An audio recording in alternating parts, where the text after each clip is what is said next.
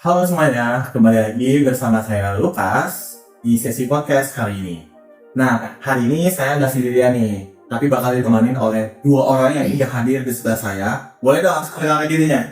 Oke, halo semuanya, nama gue Abdullian. Dan nama saya Hendra. Nah, kira-kira hari ini kita bakal bahas topik mengenai apa nih yang lagi ramai dibincangkan. Apa tuh kali ini? Apa tuh? Nah, kayaknya teman-teman yang nonton juga udah kalian rasakan nih. Oke, langsung aja kita bahas mengenai topik single salary ASN atau sistem gaji tunggal ASN. Dan pastinya di sini Gia dan Hendra juga sudah sangat mengerti lah ya mengenai sistem pekerjaan ini seperti apa. Nah, mungkin di sini aku mau nanya ke Ia dulu nih. Sebenarnya apa sih single salary ASN ini? Kalau menurut aku ya, single salary ASN itu adalah proses penggabungan komponen-komponen penghasilan pakai ASN. Mulai dari gaji pokok, tunjangan kinerja, uang makan, uang kegiatan, dan lain-lainnya itu jadi satu paket gitu. Dan juga sistem single salary ini udah masuk nih ke dalam era APBN tahun 2026, yang dimana sampai saat ini masih dalam tahap pematangan regulasi dan juga persiapan fiskal pemerintah. Oke, berarti belum benar-benar bisa diterapkan ya dalam waktu dekat ini. Nah, sekarang aku mau nanya ke Danendra nih. Menurut kamu single salary ASN ini tuh sistem yang adil ya sih? Oke, jadi kalau misalnya kita lihat dari kondisi sekarang atau fakta nyatanya, kondisi tunjangan gaji di ASN itu masih belum adil atau belum rata. Misal kalau saya sendiri kasih contoh nih, di Kementerian di suatu perkotaan, itu bisa saja tunjangan gaji lebih besar dibandingkan daerah sendiri. Karena saya lihat banyak berita nih di Kompas, Anies, bagaimana tuh kalau perkotaan dan daerah sendiri itu memiliki pekerjaan yang berbeda. Jadi kita lihat dari tunjangan ASN sendiri, memang ini belum adil, sama sekali belum adil. Oke, tapi kalau dari Danendra sendiri nih, ada kekhawatiran nggak sih yang kemungkinan akan muncul ketika sistem ini itu diterapkan? Nah, itu benar sekali. Apalagi kalau kita lihat kondisi nyatanya, banyak instansi ASN sendiri tuh udah mulai ngebanding-bandingin instansi satu sama lainnya.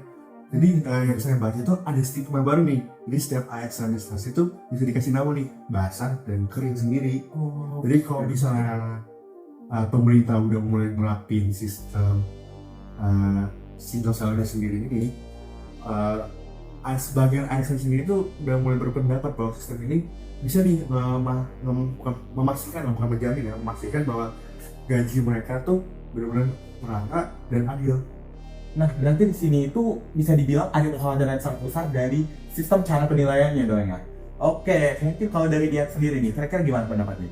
Nah, itu jadi salah satu poin pentingnya. Kalau misalnya pemerintah mau menerapkan sistem ini, maka pemeratannya harus jelas. Mulai dari beban kerjanya, terus juga ikatan gaji kerja, dan kompetensinya yang diperlukan. Berarti di sini itu bukan sekadar semuanya digabung jadi satu gaji dong ya? Nah, betul. Karena di sini sistemnya kayak negara ini, bagaimana negara memberikan suatu penghargaan sesuai dengan pekerjaan ataupun kompetensi yang apa ASN ini lakukan.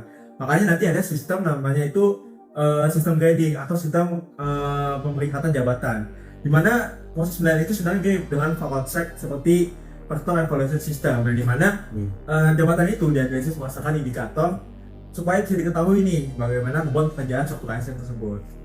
Tapi kalau menurut saya sendiri ya, kalau misalnya ASN itu udah mempunyai grading system atau grading system gitu, evaluasi gitu, kalau misalnya transparan juga itu akhir-akhirnya penilaian pegawai ASN itu formalitas doang.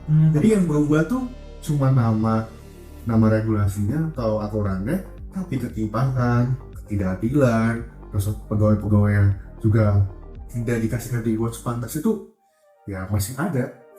Oke, berarti sampai sini tuh kita bisa menyimpulkan bahwa misal ya sistem gaji tunggal atau single salary ASN ini itu sebenarnya punya tujuan yang cukup baik gitu ya, yaitu membuat sistem penggajian itu jadi jauh lebih transparan dan juga lebih sesuai gitu dengan pekerjaan di tiap jabatan. Nah, tapi implementasinya itu juga pastinya nggak mudah nih, karena harus memastikan penilaian kerjaan itu harus dilakukan secara dengan objektif. Oke, setelah kita udah berbincang-bincang seru nih ya, dan juga menambah insight mengenai sistem gaji tunggal atau single salary ASN ini, mungkin udah bisa kita akhiri kali ya sesi podcast kali ini. Dan terima kasih juga buat teman-teman yang udah menonton podcast ini juga. Saya Lukas bersama Saya Ian, saya Nendra, dan kami pamit, sampai jumpa di podcast sesi selanjutnya. Dadah.